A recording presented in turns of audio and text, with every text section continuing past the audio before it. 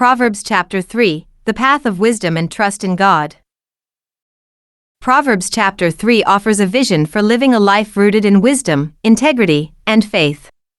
Framed as a father's heartfelt instruction to his son, this passage serves as a timeless guide not only for the young, but for anyone seeking a life that is both morally grounded and spiritually fulfilling.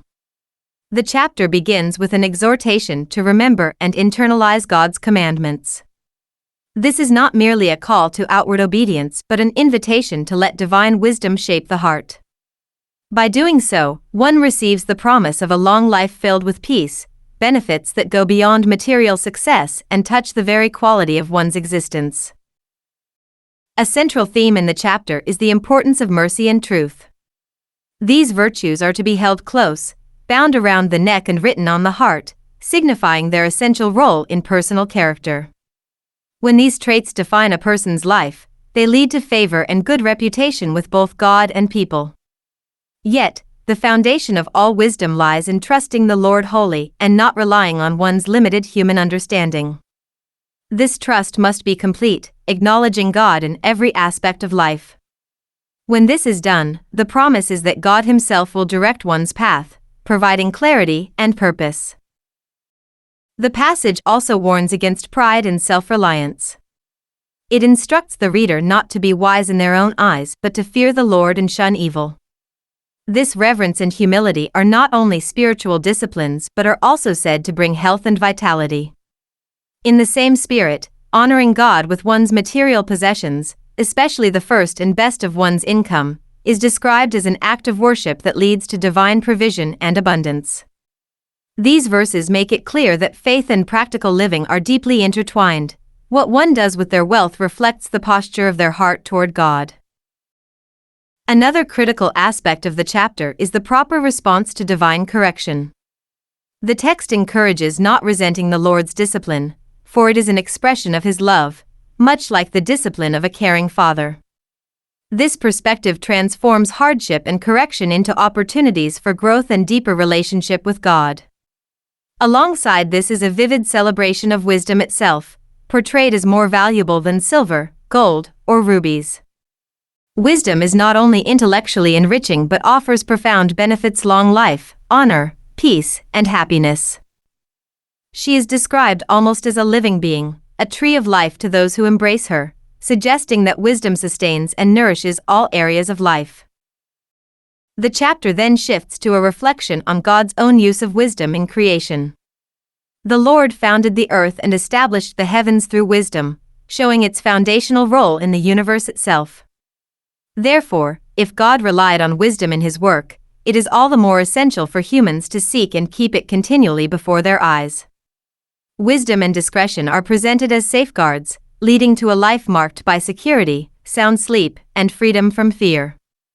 Even in times of sudden trouble or danger, those who walk in wisdom can rest in the confidence that the Lord will protect and guide them. The passage also contains strong ethical teaching about how to treat others. One should not withhold good from those to whom it is due, especially when one has the ability to help. Procrastination in doing good, harboring harmful intentions, or stirring up conflict without cause are all condemned. These teachings elevate daily interactions to matters of spiritual significance, reminding the reader that righteousness involves how one treats their neighbor. The final verses contrast the fate of the wicked and the righteous. The reader is warned not to envy violent or oppressive people, no matter how successful they appear. Their ways are detestable to God.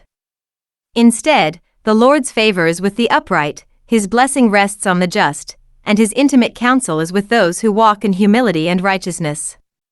The chapter concludes with a striking contrast: while the wise will inherit glory, fools will be left with nothing but shame. Proverbs chapter 3 urges the reader to live in humble trust, moral integrity, and the pursuit of divine wisdom. The promises it offers: peace, security, honor, and blessing are not merely rewards but natural results of aligning one's life with the character and ways of God.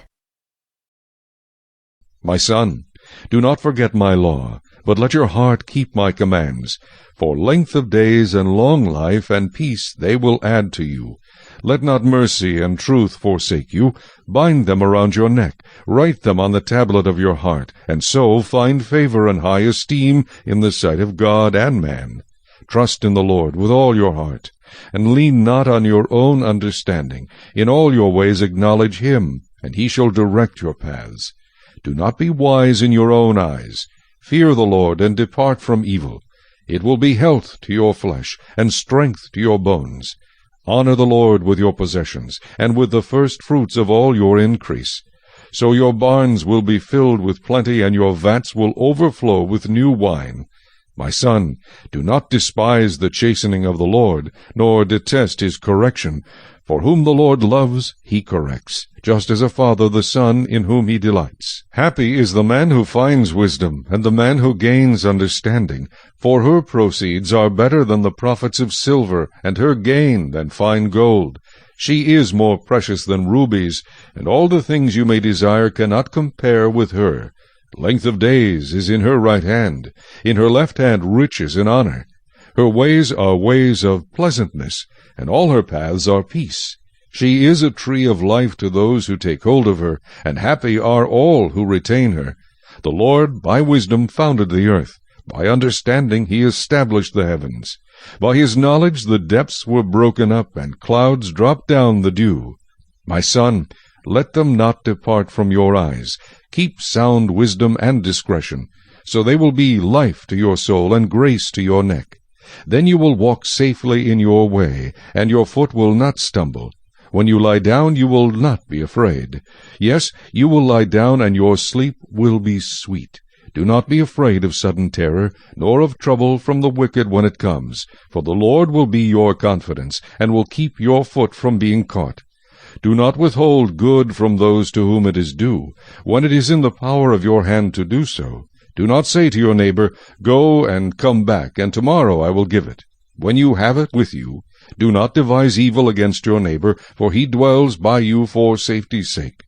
Do not strive with a man without cause, if he has done you no harm.